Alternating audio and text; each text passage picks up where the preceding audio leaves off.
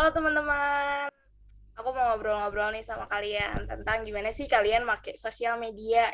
Pengen tahu tingkat literasi digital kalian seperti apa. Nah, sebelumnya kenalin dulu nih. Nama aku Dewi Permatasari dari jurusan Ilmu Komunikasi 2020 Telkom University. Nah, aku juga pengen kenalan nih sama kalian. Yang pertama dari Alamsyah. Boleh perkenalkan nama, jenis kelamin, umur, ikatan keluarga dengan saya, pekerjaan, dan juga daerah domisilinya. Oke. Halo, perkenalkan nama saya Lamsyah Dwi Putra, jenis kelamin laki-laki, umur sekarang 19 tahun, ikatan keluarga dengan Kak Dewi itu sebagai teman. Dan pekerjaan sekarang sebagai mahasiswa dan daerah domisili di Jakarta Pusat. Oke, sekarang mau Lydia nih. Aku pengen kenalan. Boleh perkenalkan nama, jenis kelamin, umur, ikatan keluarga dengan saya, pekerjaannya apa, daerah domisilinya di mana. Oke, perkenalkan nama saya Maulidia Windanisya, jenis kelamin perempuan, umurnya 19 tahun, ikatan keluarga dengan Kak Dewi yaitu teman. Pekerjaannya sekarang mahasiswi, daerah domisili yaitu Jakarta Utara. Nah, mau tahu nih, pengeluaran kalian per bulan untuk paket data itu berapa sih? Nah, kalian kan pakai internetnya. Pengeluarannya biasanya berapa per bulan? Pertama dari Kak Maulidia. Kalau aku sih karena di rumah pakai wifi ya dan jarang keluar juga, jadi kalau paket data tuh paling cuma 30.000 per bulan. Tapi kalau misalnya wifi per bulannya itu berapa sih? Tahu nggak? Kayaknya sekitar 200-an deh, 200-an. kurang Nah, tahu sih. nah, kalau Alamsyah itu berapa sih paket data per bulannya? Ya, saya sih tergantung ya Kak, kalau sering keluar rumah ya pokoknya kisaran sekitar 50 sampai 150 ya tergantung. Kalau misalkan sering keluar rumah ya lebih mahal. Tapi jarang sih Kak, saya di rumah aja Kak pakai wifi. Kalau Gitu. paket wifi per bulannya itu berapa? Wifi di rumah kayak sekitar 300 sampai 400 gitu. Soalnya yang bayar kakak kak gitu. Berarti kalian nih kalau di luar rumah jarang gitu ya pakai internet gitu. Secukupnya aja. Berarti kalau di rumah itu unlimited gitu pakai internet. Mm-mm. Iya kak. Nah, terus mau tahu nih teknologi komunikasi yang kalian pakai itu apa aja? Apakah handphone, laptop, tab, iPad, atau yang lain semacamnya? Coba Kak Alamsyah. Kalau aku sih kalau di rumah ya buat kuliah paling makainya laptop. Tapi kalau buat kemana-mana makainya HP. Udah sih gitu aja kak. Kalau mau lihat-lihat sosial media biasanya pakai apa? Pakai HP kan Pakai lebih HP. gampang kak. Oh, Iya oke. scrollnya. Nah, kalau mau Lydia pakai apa nih? Sama sih Kak, kayak Kak Alam pakai laptop. Pakai apa ya? Laptop sama HP. Berarti kalau misalnya Iya, pakai sosial media lebih sering pakai apa nih? pakai handphone dong Kak, karena kalau pakai laptop tuh agak repot ya. Hmm, terus aplikasi apa sih yang kalian gunain untuk chatting? Misalnya kalam chatting sama pacarnya, gebetannya, atau keluarganya kan. Kita pengen tahu nih aplikasi apa yang dipakai. Oh kalau saya sih kebetulan belum ada pacar ya kak. Terus kalau aplikasi chat itu biasa pakai WA aja sih kak buat ngabarin ngabarin keluarga doang gitu. Nah, kalau misalnya sama teman, biasanya pakai apa? WhatsApp juga, atau pakai Line juga, atau yang lain juga? WhatsApp juga sih. Paling nanti DM-an di Instagram gitu loh. Kalau misalkan WA-nya nggak bisa gitu kak, gitu. Oh Mm-mm. iya. Nah, kalau mau Lydia nih, untuk chattingan sama pacarnya, biasanya pakai apa? Sama keluarganya pakai apa? Siapa tahu kan setiap aplikasi kan beda-beda ya. Sama pacar yang A pakai Line, pacar yang B pakai WhatsApp gitu kan. Iya, kalau sama keluarga, sama teman kuliah, sama dosen-dosen kampus, sama cutting gitu pakai WhatsApp sih ya, Kak. Terus Kalau sama teman-teman lama nih kayak teman SMA, teman-teman deket gitulah pakai Line gitu. Kadang juga pakai Instagram sih dari DM gitu. Berarti ada teman lama, teman baru ya. Keren banget. Hmm. Iya dong, Kak. Terus, nah kalau medsos nih, kalian kan generasi Z ya, suka pakai medsos. Biasanya pakai medsos apa aja nih yang dipakai sekarang-sekarang ini? Dari Kak Alamsyah. Medsos ya Kak. Medsos sih paling makanya Instagram sih Kak. Instagram aja. Instagram ya ya sama Twitter tapi jarang sih kalau Twitter Kak. Lebih seringnya ke Instagram. Hmm, kalau mau Lydia, biasanya pakai apa nih? Pakai Instagram sama TikTok sih, Kak. Sekarang Twitter lagi enggak? zaman banget tuh TikTok. Terus, mau tau juga nih, biasanya kalian tuh dapat apa aja sih dari media sosial? Misal dapat kabar teman-teman, updatean dari teman-teman, atau informasi berita-berita terupdate gitu. Coba dari Alamsyah. Kalau dari saya sih, kalau Twitter ya jelas buat nyari-nyari informasi aja sih Kak. Nah, kalau misalkan Instagram paling mau lihat kabar temen gitu Kak. Kalau mau Lydia nih, biasanya dapat informasi apa nih dari Instagram, dari TikTok gitu? Eh, biasanya dapat kalau dari Instagram pasti info-info tentang teman. Terus atau enggak artis-artis nih tentang kegiatan sehari-hari artis-artis gitu. Kalau TikTok tuh kayak info-info beasiswa, lowongan kerja gitu-gitu sih, Kak. Hmm, sama hiburan juga nggak sih di TikTok tuh? Iya benar-benar Benar. hiburan. Oke, nah mau tahu nih gimana? Kalian tuh tahu nggak sih arti dari distribusi informasi dari Kak Molly dia?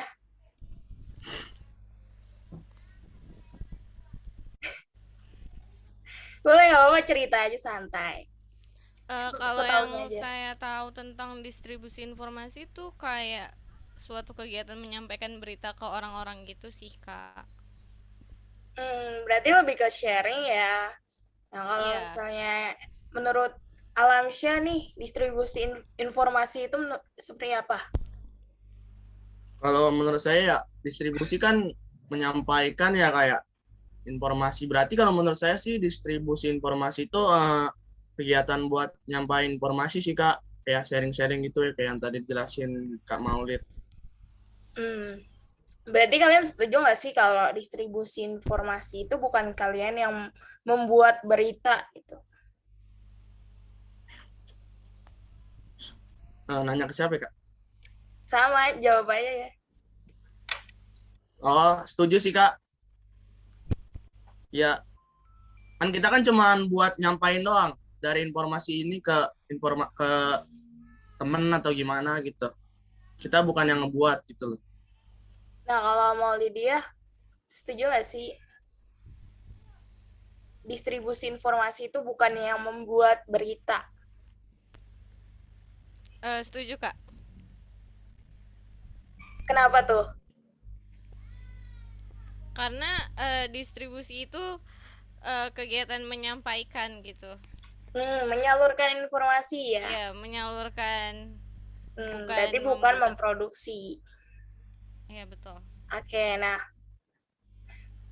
kalian tahu nggak sih cara distribusi informasi melalui media sosial itu kayak gimana? Coba dari Alamsyah tahu nggak gimana cara distribusi informasi? Kalian pernah nggak sih mendistribusi informasi atau hal yang lain gitu ke teman kalian atau ke keluarga kalian gitu? Oh, pernah sih Kak, paling kayak cuman misalkan nih dapat informasi kan, ya tinggal share link doang, terus kirim ke media sosial lain kayak WhatsApp atau enggak dari DM Instagram gitu sih Kak. Ke orang yang dituju ya. Mm-mm. Nah, terus kalau mau Lydia nih, tahu nggak sih cara distribusi informasinya itu di media sosial kayak gimana? Kalau aku sih lebih sering nih distribusi informasi sama teman-teman tuh lewat sosial media TikTok gitu ya. Kita tuh kayak bikin grup gitu di TikTok. Terus kalau ada informasi-informasi di TikTok kayak informasi beasiswa atau lowongan kerja atau informasi kafe-kafe lucu gitu yang pengen didatengin gitu, kita tinggal share aja tuh video ke grup grup kita gitu. Hmm, berarti Gitu banyak tuh Kak. ya wishlist yang ada di chat grup TikTok itu. Bener banget.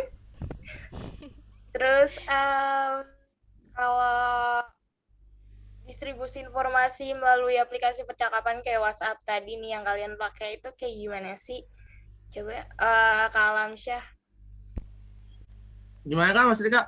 kalau distribusi informasi melalui aplikasi percakapan kayak WhatsApp gitu gimana sih cara distribusinya? Kayak misalnya dapat info nih dari Mm-mm. aku ke Kak Alamsyah. Nah, Kak Alamsyah tuh pengen nge-share ke orang lain. Nah, gimana caranya gitu? Ya paling cuma share linknya doang sih Kak. Terus habis itu di chat lewat ke orangnya atau enggak taruh di status WA sih kalau misalkan mau di broadcastin gitu. Oke, berarti seleb status WA nih ya, Alamsyah nih. Mm-mm. Terus kalau mau Lydia nih, gimana sih cara distribusi informasi di aplikasi percakapannya? Ya sama sih Kak, paling kita tinggal forward gitu atau share berita yang ingin kita bagikan ke orang-orang yang ingin kita tuju gitu. Sama Hmm, sih kayak Kak Alam, bisa juga di share gitu di WhatsApp story gitu. berarti kalian tahu ya cara distribusi informasi di aplikasi percakapan itu. Nah, sekarang mau tahu nih, gimana sih cara distribusi informasi tapi berupa gambar gitu di media sosial? Coba, gimana sih cara Kak Maulidia nge-share itu? Kalau misalnya seperti di Instagram gitu, paling setelah kita lihat postingan informasi, terus kita tinggal pilih aja tombol berbagi. Terus biasanya kita langsung share aja deh, bisa lewat DM, tinggal langsung share ke orang yang ingin kita tuju, atau bisa juga kita share di Instagram story gitu. Biar Hmm. orang-orang lain juga bisa lihat. Nah, kalau Alamsyah gimana nih cara distribusi informasi yang berupa gambar di media sosial? Misalnya ada poster, nih bagus nih posternya tentang misal cara penjagaan COVID-19, gimana cara share-nya di media sosial ya? Ya kalau yang pertama sih sama ya kayak misalkan share link gitu. Cuman kadang sih saya suka di XS sih Kak. Habis di SS habis itu kalau gambarnya bagus gitu, terus habis itu dikirim deh ke orangnya gitu Kak. Hmm, Sama aja sih jadi. ya. Kalau misalnya sama sih pertanyaannya, tadi kan di media sosial ya, tapi kalau sekarang tuh di aplikasi percakapan, gimana cara share-nya?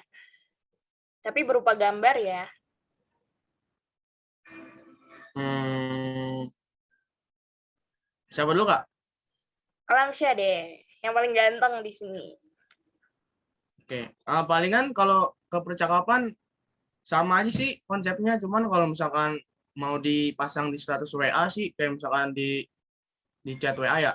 Ya udah tinggal di SS juga atau enggak di share linknya gitu. Oke, kalau kamu Lydia gimana sih caranya? Sama sih Kak, paling kita bisa langsung forward aja tuh, terus langsung kirim ke orang yang mau kita tuju, atau kalau misal kita dapat gambar dari internet atau dari mana, itu kita bisa save dulu gambarnya, lalu bisa kita share ke orang yang mau kita tuju, atau bisa juga dipasang di status WA gitu. Oke, nah kalian kan udah pernah melakukan distribusi informasi kan ya ke orang lain. Kalian sebenarnya tahu nggak sih etika mendistribusi informasi itu kayak gimana? Dari Kak Maulidia, tahu nggak ya?